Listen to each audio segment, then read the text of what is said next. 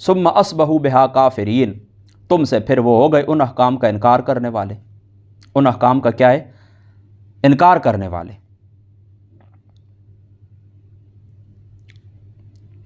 یہ بنی اسرائیلیوں کی طرف اشارہ ہے، ٹھیک ہے، یعنی وہ گائے کے متعلق بھی اور دیگر بھی وہ جو سوالات کرتے تھے، پھر جواب ان کا آ جاتا تھا تو اس کا انکار کر دیتے تھے۔ ما جعل اللہ من بحیرۃ ولا صاحبۃ ولا وسیلۃ ولا حام ولکن الذین کفروا یفترون علی اللہ الکذب واکثرهم لا یعقلون۔ اللہ تعالیٰ کی ذات اقدس یہاں پر کیا فرماتے ہیں؟ نہیں مقرر کیا اللہ تعالیٰ نے بحیرہ اور نہ صاحبہ اور نہ وسیلہ اور نہ حام، لیکن جنہوں نے کفر کیا وہ تہمت لگاتے ہیں اپنی طرف سے، یہ چیزیں بحیرہ، صاحبہ، وسیلہ، حام اپنی طرف سے مقرر کرتے ہیں اور منسوب کس کی طرف کر دیتے ہیں؟ اللہ تعالیٰ کی طرف۔ یفترون علی اللہ الکذب، اللہ تعالیٰ کی ذات اقدس کے اوپر کیا کرتے ہیں؟ افتراء کرتے ہیں۔ واکثرهم لا یعقلون، اور اکثر ان میں سے کیا ہے؟ کچھ سمجھتے ہی نہیں ہیں۔ یہاں پر یہ تھوڑی سی بات سن لیں کہ کسی چیز کو دیکھیں نا، حرام اور حلال کرنا یہ اللہ تعالیٰ کا اختیار ہے، یا پھر اللہ تعالیٰ کی ذات اقدس اگر اللہ تعالیٰ کے اذن سے ان کے رسولوں کو یا اس کے رسول محمد مصطفیٰ صلی اللہ تعالیٰ علیہ وآلہ وسلم آپ کی ذات اقدس کو، اب دیکھیں نا کوئی شخص اپنی طرف سے کوئی چیز حلال اور حرام کرتا ہے تو وہ اپنی طرف سے گویا یوں سمجھ لیں کہ وہ اللہ رسول بننے کی کوشش کرتا ہے۔ تو یہ یہود کی ایک بری خصلت تھی کہ وہ اس طرح کرتے تھے کہ جن جانوروں کو گوشت دودھ اللہ تعالیٰ نے حلال کیا اور اپنے اوپر جان بوجھ کے حرام کرتے تھے اور نسبت اللہ تعالیٰ کی طرف کر دیتے تھے۔ یہ اس کا ذکر ہے۔ اللہ تعالیٰ فرماتا ہے ما جعل اللہ من بحیرۃ ولا صاحبۃ ولا وسیلۃ ولا حام، اللہ تعالیٰ کی ذات اقدس نے کوئی بحیرہ، کوئی وسیلہ، کوئی صاحبہ، کوئی حام مقرر نہیں کیا۔ اب بحیرہ کیا ہے؟ اس کا لغوی معنی آتا ہے کان ٹوٹا، کان چرا۔ وہ اونٹنی جو 5 بچے جنتی اور آخری بچہ نر ہوتا، 5 بچے جنتی، 4 جن لیے، 5واں بچہ جنا اور آخری بچہ نر تھا، تو کان چیر کر اسے چھوڑ دیتے اور ان پر سواری کرنا اور ان کا گوشت اپنے اوپر کیا کر لیتے؟ آرام کر لیتے۔ یہ ہے بحیرہ۔ صائبہ، اگر کوئی آدمی سفر پر جاتا یا بیمار ہوتا تو وہ نظر مانتا کہ اگر میں گھر میں خیریت سے پہنچ گیا اور اس بیماری سے صحت یاب ہو گیا تو میری یہ اونٹنی صائبہ ہے اور اس کا گوشت اور دودھ اور اس پر سواری بحیرہ کی طرح آرام کر لیتے۔ یہ صائبہ تھی۔ سفر کے اندر جاتا، بیمار ہو جاتا، اس نے کہا یہ جس اونٹنی کے اوپر میں سوار جا رہا ہوں نا، بس خیریت سے گھر پہنچ جاؤں تو یہ اونٹنی کیا ہے؟ صائبہ ہے، بس بتوں کے لیے، بس کھو اس کا گوشت دودھ اپنے اوپر آرام کر لیتا۔ وسیلہ، ان کی بکری اگر بچی جنتی تو اپنے لیے لکھ لیتے اور بچہ جنتی تو بتوں کے لیے، اور اگر ایک شکم سے بچی بچہ دونوں جنتی تو پھر بھی بچی کو بچہ کے ساتھ ملا کر بتوں کی نظر کر دیتے تھے، پھر بھی بچی کو بچہ کے ساتھ ملا کر بتوں کی نظر کر دیتے تھے۔ یعنی بچی ہوتی تو خود رکھ لیتے، بچہ ہوتا تو بتوں کے لیے، اور ایک شکم میں دونوں آ جاتے تو اسی بچی کو بھی پھر کیا کرتے تھے؟ بچے کے ساتھ ملا کر بتوں کی نظر کر دیتے تھے، ٹھیک ہے۔ ہاں، وصلت الانثی اخاہا، یعنی وہ بھی اپنے بھائی کے ساتھ مل کر، نر کے ساتھ مل کر چلی گئی ہے، بتوں کی نظر ہو گئی ہے، اس لیے اس کو وسیلہ کہتے ہیں۔ حام، وہ اونٹ جس کی جفتی سے 10 بچے پیدا ہوتے، یعنی ایک اونٹ اس کو جفتی کے لیے دیا جاتا، 10 بچے اونٹنی سے وہ پیدا ہو جاتے ایک اونٹ سے، تو پھر کیا ہوتا ہے؟ اس کی سواری بھی اپنے اوپر آرام کر لیتے اور اس کو حام کہا جاتا، اور یہ سب بتوں کی نظر ہو جاتے، ٹھیک ہے، کوئی فائدہ اٹھانا یہ اپنے لیے حرام کر دیتے تھے۔ اچھا، یہ تو تھا کیا؟ ان لوگوں کی بری رسم، ایک بری رسم تھی جس کے پیچھے یہ چلتے تھے۔ ان کا گناہ کیا تھا؟ اپنے اوپر آرام کر کے پھر نسبت اللہ تعالیٰ کی طرف کر دیتے۔ اللہ اکبر۔ وَإِذَا قِيلَ لَهُمْ تَعَالَوْا إِلَىٰ مَا أَنزَلَ اللَّهُ وَإِلَى الرَّسُولِ قَالُوا حَسْبُنَا مَا وَجَدْنَا عَلَيْهِ آبَاءَنَا، اور جب کہا جاتا ہے انہیں آؤ اس کی طرف جو نازل کیا اللہ نے، اور آؤ رسول کی طرف، کہتے ہیں کافی ہمیں جس پر پایا ہم نے اپنے آباء و اجداد کو، یعنی گمراہ آباء و اجداد، ٹھیک ہے، گمراہ آباء و اجداد کی تقلید حرام ہے، ہدایت یافتہ آباء و اجداد کی تقلید حرام نہیں ہے، یہ بات ذہن کے اندر رکھنا ہے۔ اولو کان آباؤہم لا یعلمون شیئا ولا یہتدون، اگرچہ ان کے باپ دادا کچھ بھی نہ جانتے ہیں اور نہ ہدایت یافتہ ہوں، یعنی ہدایت یافتہ ہوں تو پھر تو بات ٹھیک ہے، ہدایت یافتہ نہ ہوں تو پھر کیا ہے؟ ان کی تقلید کیا ہے؟ حرام ہے۔ یا ایھا الذین آمنوا علیکم انفسکم، اے ایمان والو اپنی جانوں کی فکر لازمی ہے۔ لا یضرکم من ضل اذا اہتدیتم، نہیں نقصان پہنچا سکے گا تمہیں جو گمراہ ہوا، من ضل اذا اہتدیتم، جبکہ تم کیا ہو؟ ہدایت یافتہ ہو۔ الی اللہ مرجعکم جمیعا فینبئکم بما کنتم تعملون، اللہ کی طرف ہی لوٹ کر جانا ہے تم سب نے، پھر وہ آگاہ کرے گا تمہیں جو اس دنیا میں تم کیا کرتے تھے۔ کیا مطلب؟ کہ دیکھیں جو صحابہ پاک تھے نا، تو اناد ان کا دیکھ کر، کفاروں کی وہ صورتیں دیکھ کر، ان کا رویہ دیکھ کر وہ بڑے پریشان ہوتے تھے، بڑے دکھی ہوتے تھے کہ یہ لوگ، ان کا رویہ کیسا ہے، یہ لوگ ہمارے ساتھ کیا کرتے ہیں، بڑے خفا ہو جاتے تھے۔ تو ان کو اس چیز سے منع کیا جا رہا ہے کہ نہیں، تم اس طرح کہ تم پریشان نہ ہو، اگر تم ہدایت یافتہ ہو تو ان کی گمراہی تمہیں نقصان نہیں پہنچائی جا سکتی، ٹھیک ہے۔ ہاں، حضرت سیدنا ابو بکر صدیق رضی اللہ تعالیٰ عنہ، آپ نے ایک غلط فہمی کا ازالہ فرما دیا تھا۔ یعنی غلط فہمی کیا ہے؟ یعنی میں ایمان والوں، ساتھ والے اگر گمراہ ہیں تو میرے اوپر کوئی ذمہ داری نہیں، میں ایمان لے آئی ہوں، اب ان کی گمراہی میرے لیے کوئی نقصان دہ نہیں ہے۔ تو یہ بات غلط ہے، ٹھیک ہے۔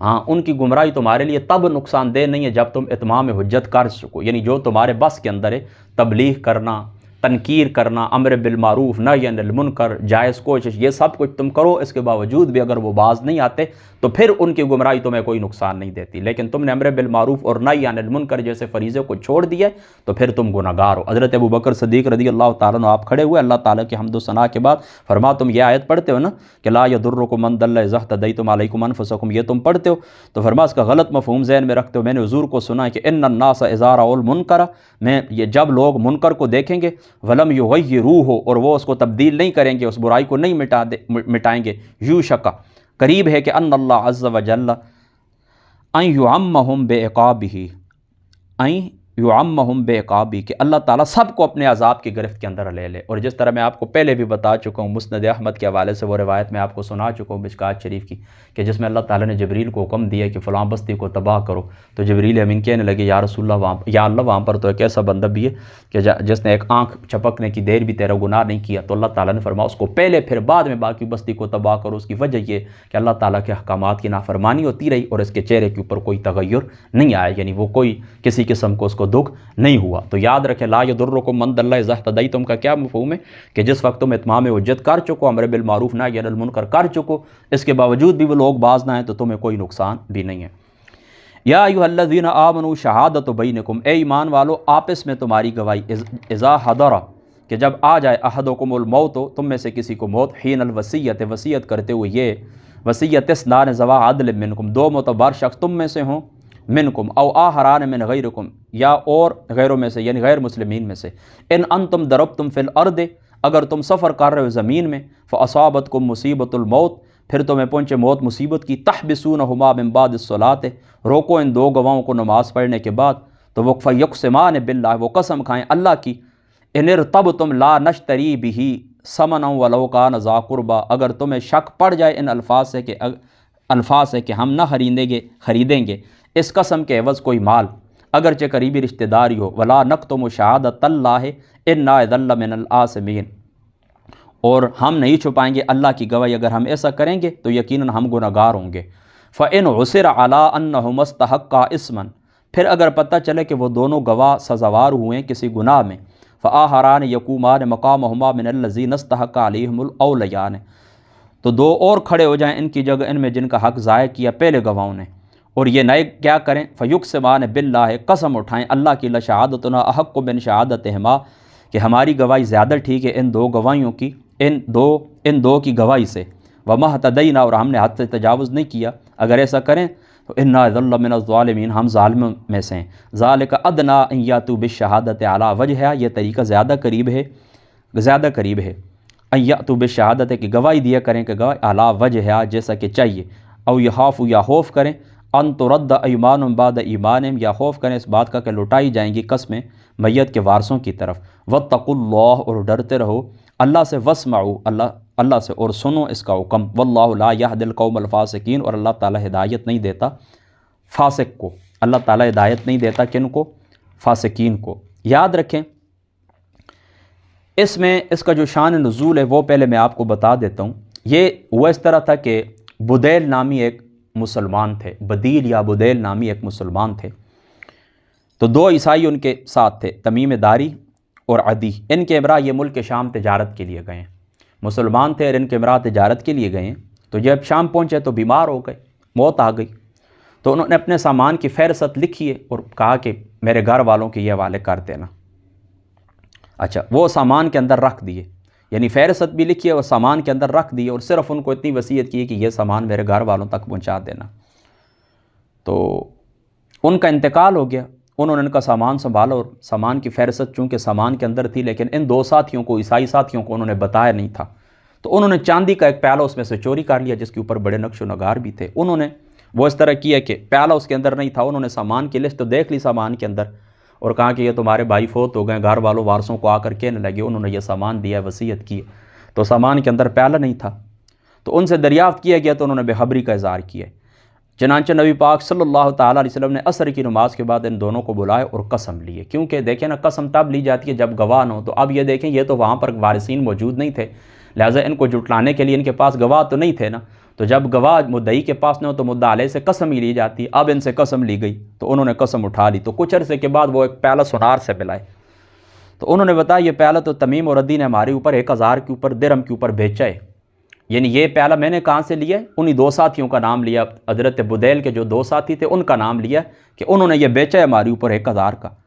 پھر حضور علیہ السلام کی بارگاہ پاک کے اندر مقدمہ پیش ہوا، تو اس آیت کے مطابق اس دفعہ بدیل کے وارثوں سے قسم لی گئی کہ یہ پیالہ بدیل کا اس نے فروخت نہیں کیا بلکہ عدی اور تمیم نے خیانت کی ہے، اسی لیے ان دونوں کے خلاف فیصلہ صادر ہوا اور ان سے 1000 درہم لے کر حضور علیہ السلام نے بدیل کے وارثوں کو دے دیا ہے۔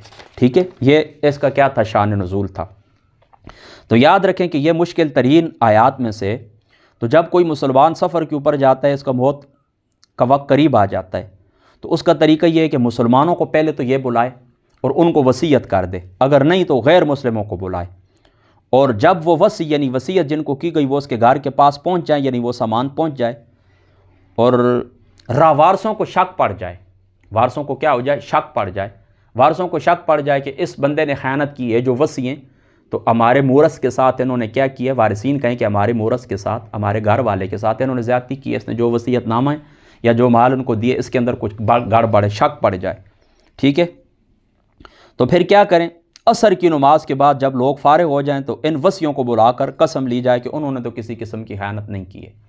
یہ عصر کی نماز کی جو قید ہے یہ اتفاقی ہے کہ اس وقت آقا علیہ السلام نماز سے ہی فارغ ہوئے تھے، ورنہ اس طرح کسی وقت بھی لی جاتی ہے، لیکن عصر کا جو وقت ہوتا ہے تو زیادہ نمازی اکٹھے ہو جاتے ہیں، اس لیے عصر کی نماز کے بعد جب زیادہ لوگ کام کاج سے واپس آ جاتے ہیں شام کی عصر کی نماز کے وقت، تو اب اس طرح کے وارثین کیا کریں؟ ان کو اکٹھا کریں اور ان سے قسم لیں۔ قسم کیوں لیں؟ میں آپ کو بتا چکا ہوں کہ ان کے پاس، وارثوں کے پاس تو کوئی گواہ نہیں ہے، لہٰذا مدعا علیہ سے قسم لی جائے۔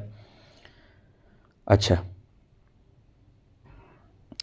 اب اس طرح کہ انہوں نے قسم اٹھا دی تو بات اب ختم ہو گئی، لیکن بعد کے اندر اس طرح ہو کہ ان کی خیانت پکڑی جائے، ان کا جھوٹ ظاہر ہو جائے، تو پھر وارثوں میں سے 2 آدمی قسم اٹھائیں کہ پہلے وصیوں کا بیان غلط تھا اور جو ہم کہہ رہے ہیں یہ صحیح ہے۔ اب خیانت جس طرح دیکھیں نا، وہ پیالہ پکڑا گیا تھا، انہوں نے تو قسم اٹھا کر جان چھڑا لی تھی، لیکن اب وہ خیانت پکڑی گئی تو اب یہ قسم اٹھائیں کہ ہاں جی ہم بالکل قسم اٹھاتے ہیں، ہم نے یہ پیالہ یا ہمارا جو سامان فلاں جگہ سے ملا ہم نے نہیں بیچا، ہمارے گھر والوں نے نہیں بیچا، ہم قسم اس بات کے اوپر اٹھاتے ہیں۔ پھر ان وارثوں کی قسم کے مطابق فیصلہ کیا جائے، یعنی ان کا تاوان، جن لوگوں نے خیانت کی ہے وہ جو وصی تھے انہوں نے جو خیانت کی ہے یہ ان کو واپس دلائی جائے، جس طرح حضور علیہ السلام نے پھر اس طرح کیا کہ 1000 درہم ان سے دلوایا ہے۔ ٹھیک ہے، بہرحال سمجھ گئے نا، اس میں کوئی مشکل بات بھی نہیں ہے۔ تو بعض فقہاء نے بوقت ضرورت غیر مسلم کی شہادت جائز رکھی ہے۔ امام اعظم ابو حنیفہ کے نزدیک ذمی کی شہادت ذمی کے لیے ہو سکتی ہے، مسلمان کے لیے نہیں۔ تو بہرحال آیت کریمہ سے یہ مفہوم مستفاد ہوتا ہے کہ بعض دفعہ اس طرح ہوتا ہے کہ ضرورت پڑنے پر غیر مسلموں کو بھی وصی بنایا جا سکتا ہے اور ان سے شہادت لی جا سکتی ہے، ان سے قسم لی جا سکتی ہے۔ ٹھیک ہے، تو بس امید ہے، یہ مشکل بات تھی لیکن امید ہے آپ سمجھ گئے۔ ٹھیک ہے، ہاں کوئی سفر کے اندر ہو اس طرح کی صورتحال پیش آ جائے، پھر شک پڑ جائے کہ انہوں نے وصیوں نے زیادتی کی ہے، تو بس ان سے قسم لیں، پھر ان کی خیانت ظاہر ہو جائے، پھر یہ وارث قسم اٹھا لیں اور اپنا مال واپس لے لیں۔ تو اللہ تعالیٰ کی ذات اقدس عمل کی توفیق عطا فرمائے۔ یہاں پر 108 ہماری آیات بینات مکمل ہو گئیں۔ واخر دعوانا الحمد